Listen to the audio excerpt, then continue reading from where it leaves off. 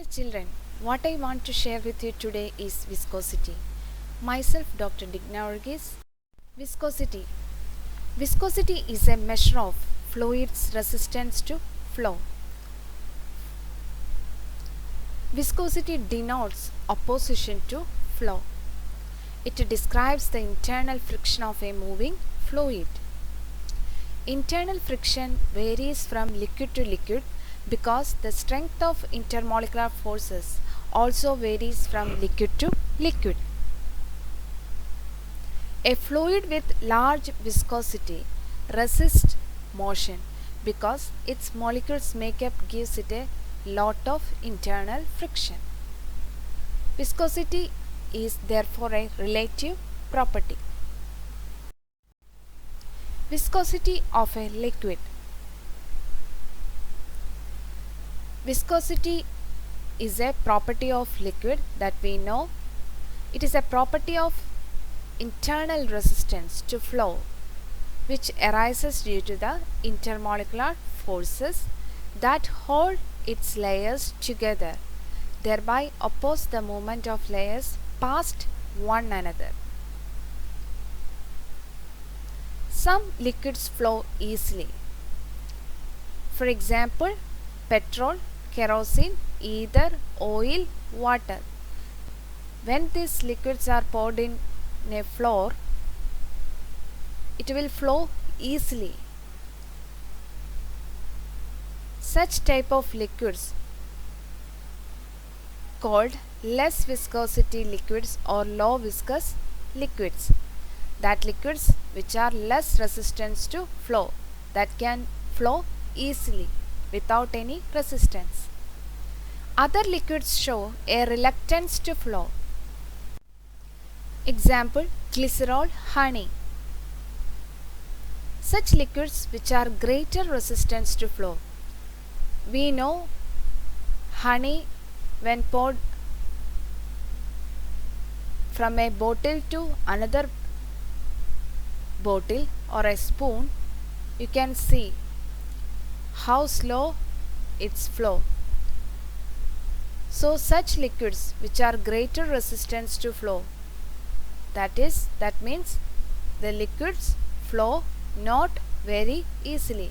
Such liquids are known as viscous liquids or high viscosity liquids. So there are two types of liquids, high viscous liquids and low viscous liquids. High viscous liquids examples are glycerol and honey. Low viscous liquids is petrol, kerosene, ether, oil, water. So viscosity of a liquid is the property of internal resistance to flow which arises due to the intermolecular forces that holds its layers together, thereby oppose the movement of layers past one another.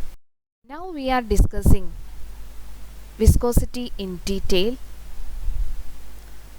Children, you know the fluid particles following smooth paths in layers, with each layer moving smoothly past the adjacent layers with little or no mixing. At low velocities, the fluid tends to flow without a lateral mixing or a side mixing, and adjacent layers slide past one another like playing cards. Okay, when a fluid is flowing through a closed channel such as pipe or any tubular material or between two flat plates, either of two types of flow may occur depending on the velocity and viscosity of the fluid. There are two types of flow, laminar flow or turbulent flow. Turbulent flow is a type of fluid in which the fluid undergoes irregular fluctuations. In turbulent flow, the speed of the fluid at a point is continuously undergoing changes in both magnitude and direction. Okay, children. Now we are considering laminar flow. Let us visualize a liquid moving past a planar stationary solid surface. Example, the movement of liquid in a tube. Here we are considering laminar flow or streamline flow in more detail. Okay. Consider the laminar or streamline flow of the layers of the liquid in which the adjacent layers, here you can see there are more layers, that is represented by an arrow mark here, and the adjacent layer, that what we call it as lamina. Okay. The molecules in the adjacent layers move at different rates. That means each layer has a specified velocity. So first layer has a v1 velocity, if second layer has v2 velocity, third layer has v3 velocity, and fourth layer has v4 velocity, and so on. So there is a velocity changing gradually from one layer to the other. The layer in the interfacial region with the solid phase, here the red line representing the solid phase, may be considered as stationary phase. Okay. In this case, the velocity increases gradually with increase in distance from the stationary phase. The velocity from the stationary phase to first phase, just near the layer of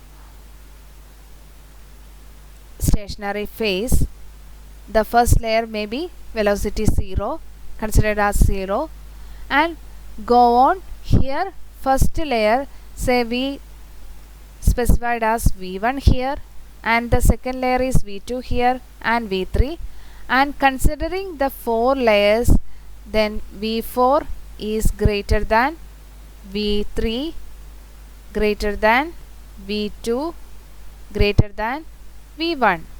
So velocity increases gradually from the stationary phase with increase in distance. We can say that velocity increases with increase in distance from stationary phase. In other words, we can say that a velocity gradient occurs between different layers of the liquid. First layer to second layer, there is a velocity gradient or a velocity difference occurs. So there should be a velocity gradient occurs. When we consider the laminar flow of a liquid in a tube, the velocity of the layer just in touch with the stationary phase, here the stationary phase, that or the stationary phase in the case of a tube will liquid moving in a tube, then tube wall is the stationary phase. The water layer touching the tube wall, the velocity is considered to be 0. As it increases, as we proceed from the stationary phase towards to the center, the velocity is maximum. Okay. Here, due to the intermolecular attractions, what is the reason for the velocity gradient? In each layer there are liquid molecules. There exerts some intermolecular force of attraction between the molecules. If it is a water, there is hydrogen bond is act as the strong intermolecular force of attraction.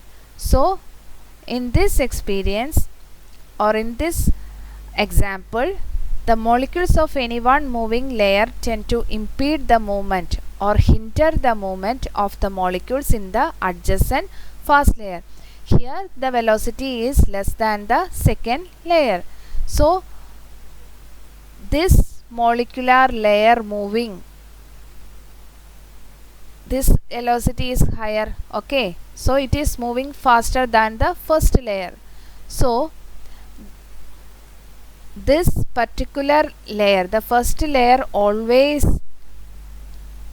experiences a frictional force or some force that hinder the movement of the molecules in the adjacent layer. So such layer experiences a frictional force called a viscous drag.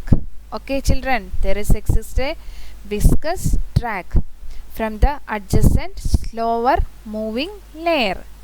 The retarding influence of the slower moving layer on adjacent faster moving layer is manifested as resistance to flow or viscosity. So now we are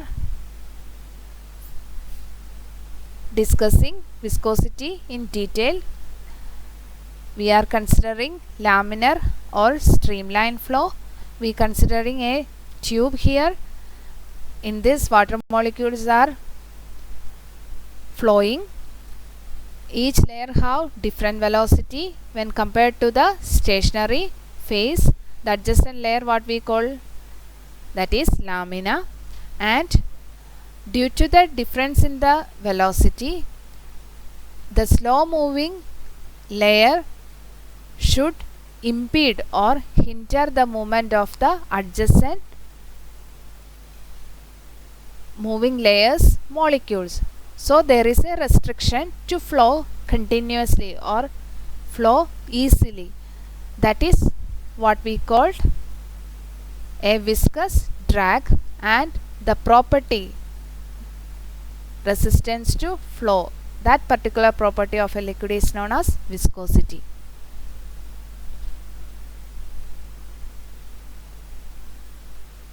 Now we are moving to the next topic, coefficient of viscosity.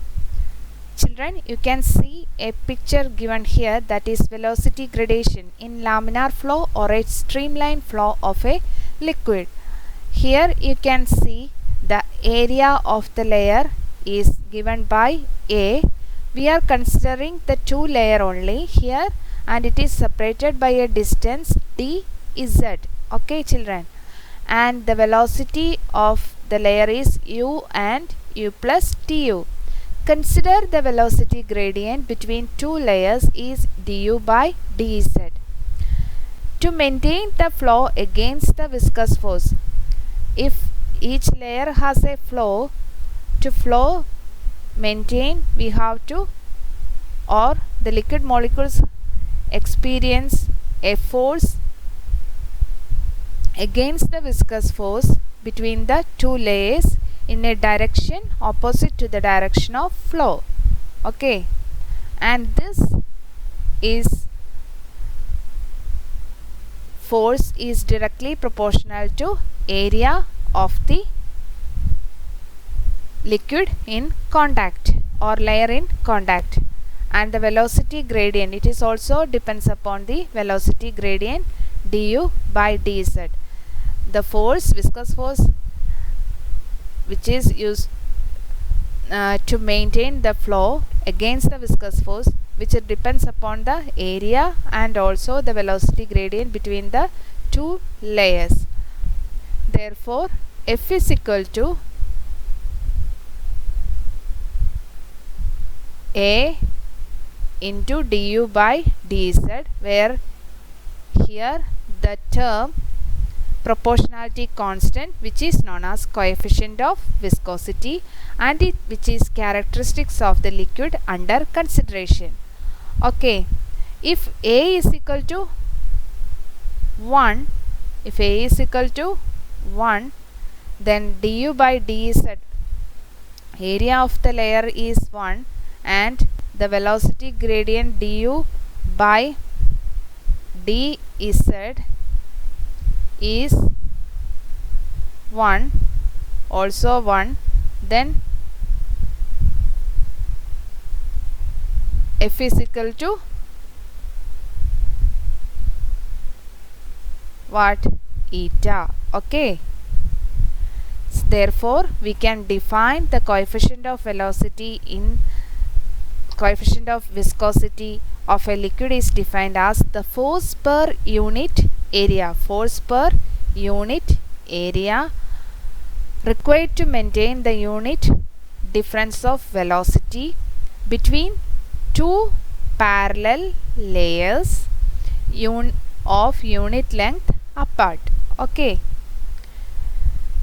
so the unit of eta is equal to, in SI system, Newton per meter square second, that is also known as Pascal second, and in CGS system, dynes per centimeter square, that is, we can call it as a Poissy. Okay, so coefficient of viscosity is that a force per unit area is 1, and the velocity difference is 1, and the of unit length distance between two parallel adjacent layers, that is equal to 1. So F is equal to eta. Fluidity. The reciprocal of viscosity is called fluidity, that is represented by phi, which is a measure of the ease with which a liquid can flow. Phi is nothing but it is a measurement of the ease with which a liquid can flow. Phi is equal to 1 by eta. So fluidity is a reciprocal of coefficient of viscosity, which is denoted by the term phi, which is a measure of the ease with which a liquid can flow. Factors affecting viscosity. Intermolecular forces. Viscosity increases due to intermolecular hydrogen bonding. Second one is temperature. Increase of temperature decreases the viscosity of a liquid. Third one, the presence of foreign matter such as colloidal matter increases the viscosity. Molecular mass. In the case of homologous series,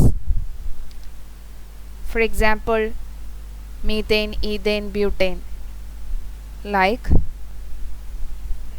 methanol, ethanol, propanol, butanol, the viscosity increases as the molecular mass increases.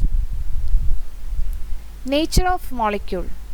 If it is a branching or normal one, viscosity increases as the branching of the alkyl chain increases. For the primary alcohol, viscosity is somewhat lesser than the secondary, which is always less than the tertiary alcohols.